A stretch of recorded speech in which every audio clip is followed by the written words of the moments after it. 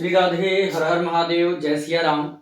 आप सभी दर्शकों का स्वागत हमारे YouTube चैनल सितारे आपके नौ में। जो भी दर्शक हमें देख पा रहे हैं, आप अपने जन्म कुंडली से संबंधित अगर किसी प्रकार की समस्या का समाधान चाहते हैं, रत्न रुद्राक्ष से संबंधित जानकारी चाहते हैं, या हमसे फोन पर सीधे कंसल्ट करके पूरे कुंडली की व्याख्या सुनना चाहते हैं, या ज्योतिष सीखना चाहते हैं, तो दिए गए नंबर पर आप संपर्क कर सकते हैं 7310113939। आप इस नंबर पर व्हाट्सएप मैसेज करके या कॉल करके इंफॉर्मेशन ले सकते हैं, चाहे आपको ज्योतिष सीखना हो या अपने पूरे कुंडली के बारे में जानना चाहते हो। आज हम केतु महाराज के जन्म कुंडली में कुछ गुप्त रहस्य लेकर के उपस्थित हुए हैं। प्रिय दर्शकों, सर्वप्रथम तो मैं आपको बता दूं कि जन्म कुंडली में जो केतु का प्रभाव है वह विशेषकर बहुत ज्यादा प्रभावी है। 2025 के लिए तो केतु रामबाण है। आप यूं समझिए कि 2025 केतु को समर्पित है। आपके जन्म कुंडली में केतु किस भाव में है, कब दशा, अंतरदशा, महादशा आएगी, यह बहुत ज्यादा प्रभावी जाएगी और बहुत ज्यादा असरकारक रहने वाली है। आज मैं आपको बताने वाला हूं कि केतु किस राशि में और किस नक्षत्र में हो तो आपका काम जबरदस्त बनेगा। चाहे वो कुंडली के किसी भी भाव में बैठा हो, लेकिन अगर इन राशि और इन नक्षत्र में केतु बैठे हैं, या इस राशि से, इस नक्षत्र से, या इस ग्रहों से संबंध बनता है, तो क्या क्या फायदा आपको देगा ये केतु। प्रिय दर्शकों, अगर केतु की मैं बात करूं तो केतु जीवन में अलगाव का सबसे बड़ा कारक है, डिटैचमेंट। चाहे वो समाज से अलग कर दे, चाहे वो परिवार से अलग कर दे, चाहे आपको बुराइयों से अलग कर दे, या आपको अच्छाई से अलग कर दे। यह डिपेंड करेगा, यह निर्भर करेगा केतु की अच्छी बुरी स्थिति और परिस्थिति पर। परंतु आपको अलग तो करेगा।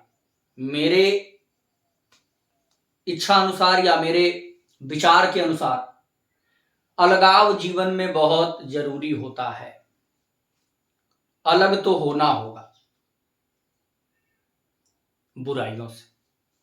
अगर आप अलग नहीं होंगे तो जीवन में आप विकास नहीं कर पाएंगे। और केतु रातों रात आपको अमीर बनाने की ताकत रखता है। रातों रात आपको बड़ा प्रोजेक्ट दिलाने की ताकत रखता है। केतु के विभिन्न विषयों पर चर्चा आज करने वाले हैं। प्रिय दर्शकों, जन्म कुंडली में केतु महाराज किसी के भी अगर अश्विनी, मघा या मूल नक्षत्र में हो, नक्षत्र। प्रिय दर्शकों, आपको एक बात और बता दूं, कोई भी ज्योतिषी अगर प्रेडिक्शन करता हो, जब तक वो ग्रहों का नक्षत्र नहीं देखता, कौन सा ग्रह किस नक्षत्र में बैठा हुआ है, तो केवल राशि, भाव और ग्रहों से वह 100% एग्जैक्ट प्रेडिक्शन नहीं कर सकता। लेकिन अगर वो नक्षत्र पर भी चर्चा करता हो, नक्षत्र पर भी उसकी पकड़ हो, तो बहुत सटीक भविष्यवाणी हो सकती है। तो दर्शकों, केतु अगर अश्विनी, मघा या मूल नक्षत्र में अगर बैठे हों तो किसी भी भाव में होंगे, वहां से जुड़े हुए चमत्कार आपके जीवन में देखने को मिलेंगे। अगला, केतु अगर वृश्चिक या धनु राशि में हो, वृश्चिक,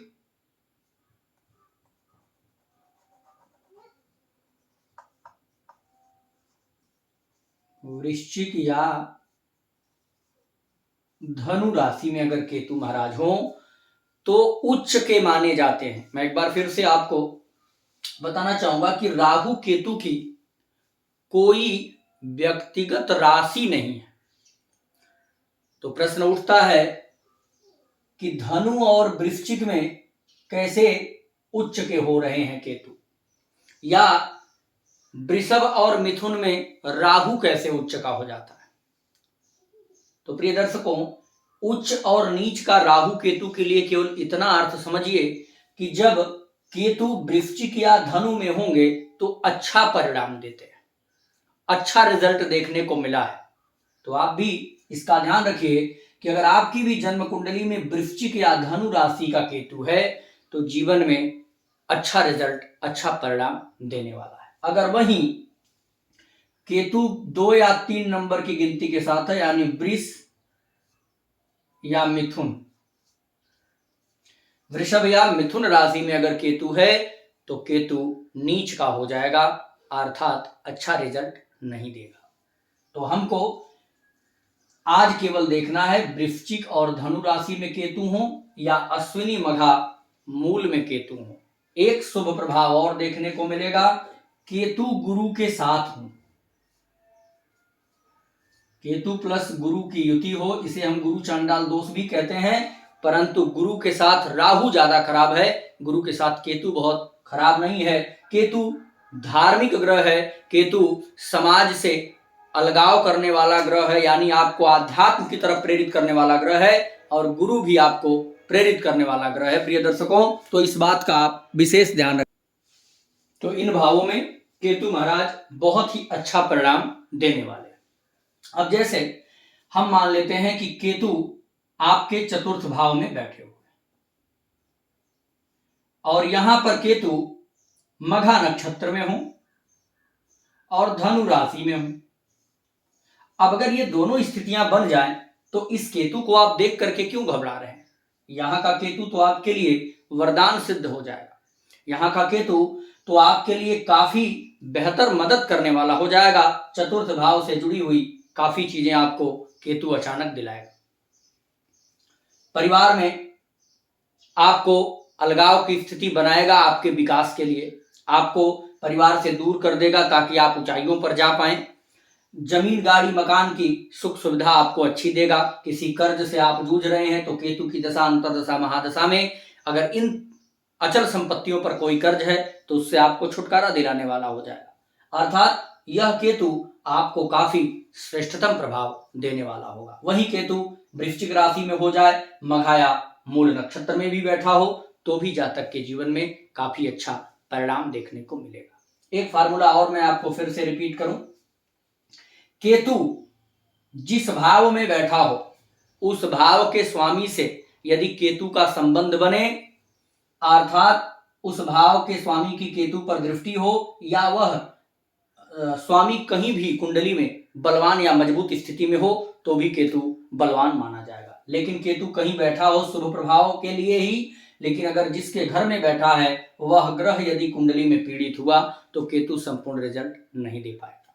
बात यह है कि केतु किस प्रकार से अच्छा और किस प्रकार से बुरा। तो मैंने अच्छा की चर्चा किया कि अश्विनी मघा मूल नक्षत्र में केतु हो, वृश्चिक या धनु राशि में केतु हो, अंश बल से केतु अच्छा हो, शुभ ग्रहों से केतु दृष्ट हो, या गुरु के साथ केतु की युति हो, या गुरु के प्रभाव में केतु हो तो केतु अच्छा परिणाम देने वाला होगा।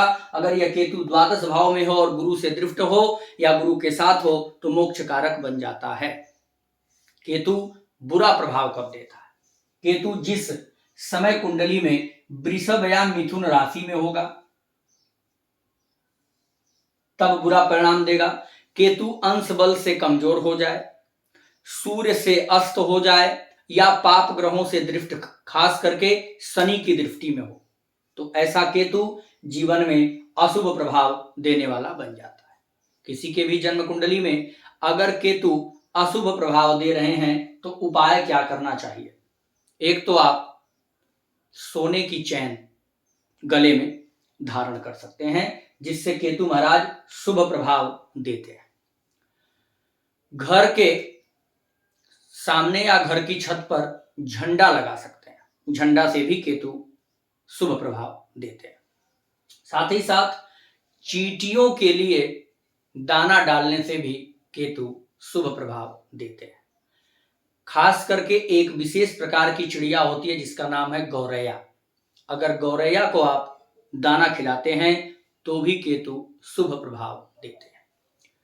साधु संत को सुबह अर्ली मॉर्निंग ब्रह्म मुहूर्त में 2 रंग के कंबल का, यानी ऐसा कंबल जिसमें 2 रंग हो, चितकबरा टाइप हो, उस कंबल का यदि दान करते हैं तो भी केतु शुभ प्रभाव देते हैं।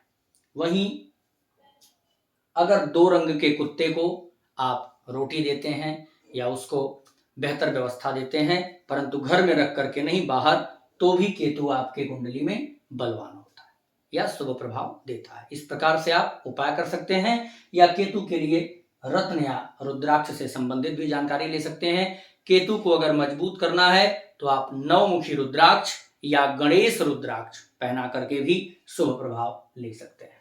जय श्री राम।